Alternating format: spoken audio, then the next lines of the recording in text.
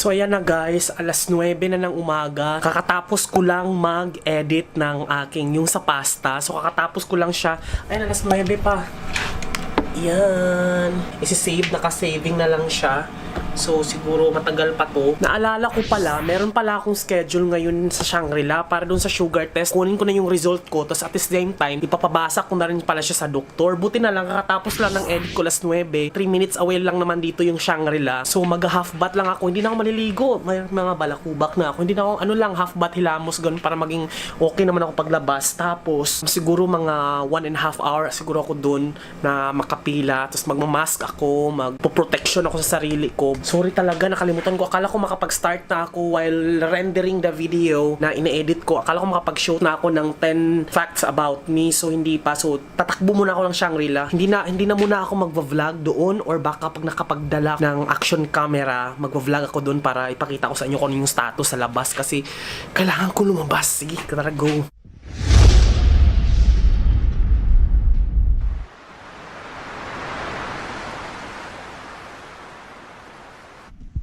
So ito yung ano natin guys. Ito ang ating mask. Ayan, pwede na to. Pwede na ako lumabas. Pakita ko lang sa inyo kung anong itsura sa labas. Siya, nagsasave pa siya. 2 hours. Ang oras na 9:31 ha. Wallet ko. Nasaan na kaya yung wallet ko pala? Wala yung wallet ko. Wala ang aking wallet. Ito lang pala. Tara na, go na tayo.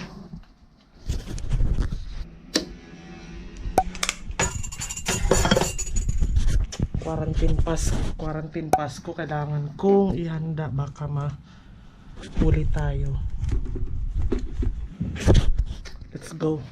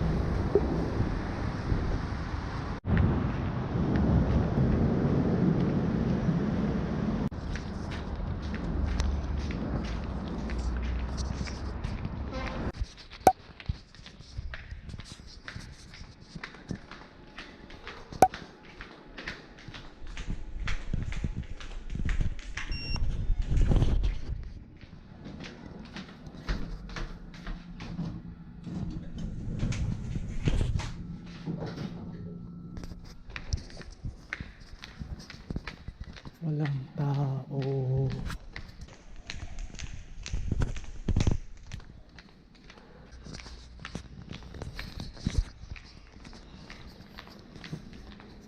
$2,000 later. So ayun na nga guys, nakuha ko na yung result. Kakatapos ko lang din ipabasa kay doktor. Uuwi na ako para makaiwas naman sa COVID.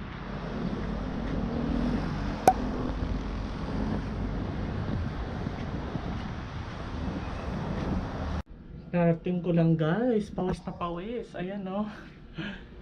Ay nako, kadoka.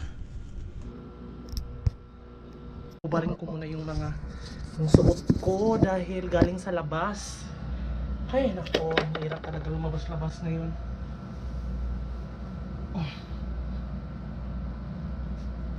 Alcohol.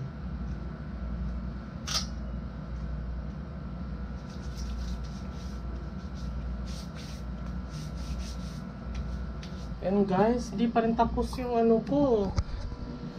Galing na ako ng Shangri-La, nakuha ko na yung result, pero hindi pa rin tapos yung ine-edit ko. Hindi pa tapos, di pa nasa-save. Ayan o, mayroon pa akong 59 minutes.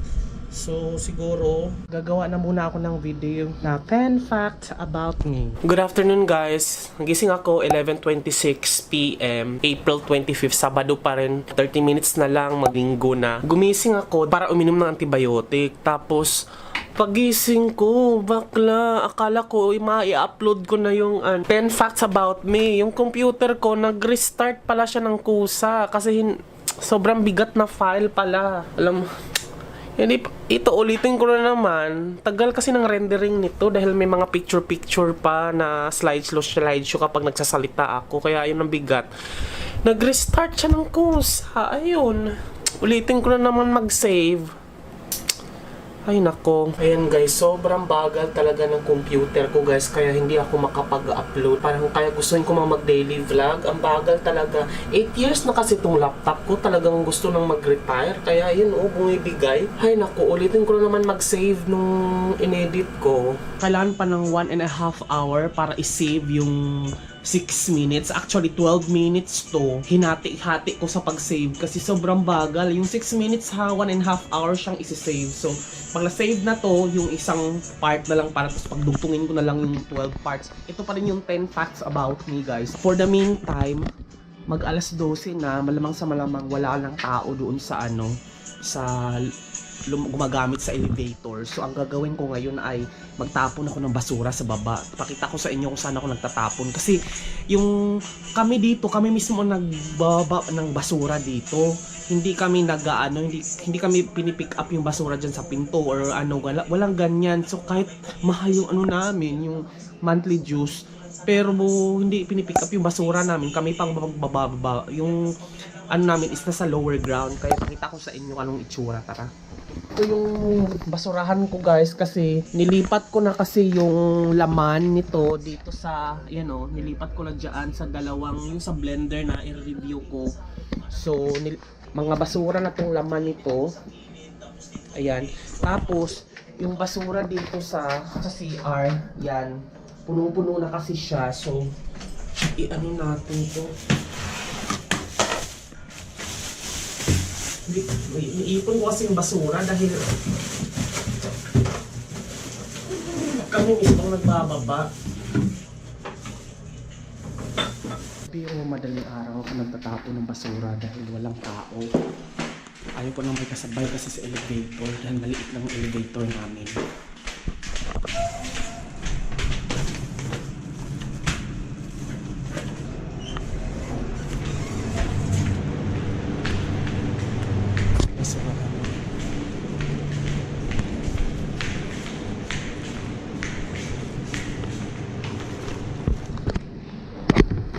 Saan kayo na uwi, kuya?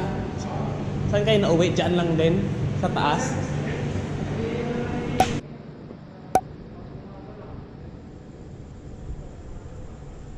There guys, ito na po akong result ng aking test. Creatinine, normal kasi 74 within 58 to 110. Tapos bond 3.2 which is normal within pa rin. And then FBS 5.1, HbA1c 5.2 normal. So ayun na nga guys, normal po ang ating result na nakuha ko sa Healthway. So thankful ako dahil nag-fasting kasi ako ng 10 hours para lang sa result na to. Walang food intake, walang liquid intake, para lang, so hindi pala ako diabetic, lang talaga siguro. Talagang natsambahan lang ako dito sa infection na to, pigsa. So ayun, ay, nakahinga na ako ng maluwag. 2,000 years later. Alauna ng madaling araw. Manonood sana ako ng RuPaul's Drag Race sa Netflix. Wala palang internet kasi nag-maintenance sila, server maintenance, hanggang alas 6 ng umaga. Anong gagawin ko dito? Kakausapin ko yung sarili ko dito. Hindi ako makapag-internet. Internet is a human right. Charot. Guys, samahan niyo ako. Magluluto ako ngayon ng ginisang gulay dahil nanguluntoy na yung talong. Ayan tigang na po ang talong. Wala, nanguluntoy na. Tapos pati yung sayote, nanguluntoy na siya. So gigisahin ko bago pa siya masira dahil mahal ang gulay ngayon.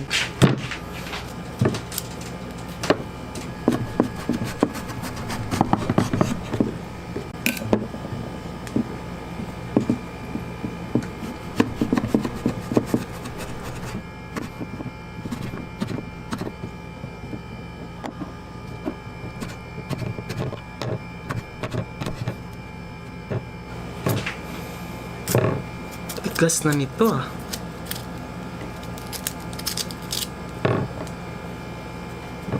gas ng balat. May mga tinik-tinik na siyang lumalabas.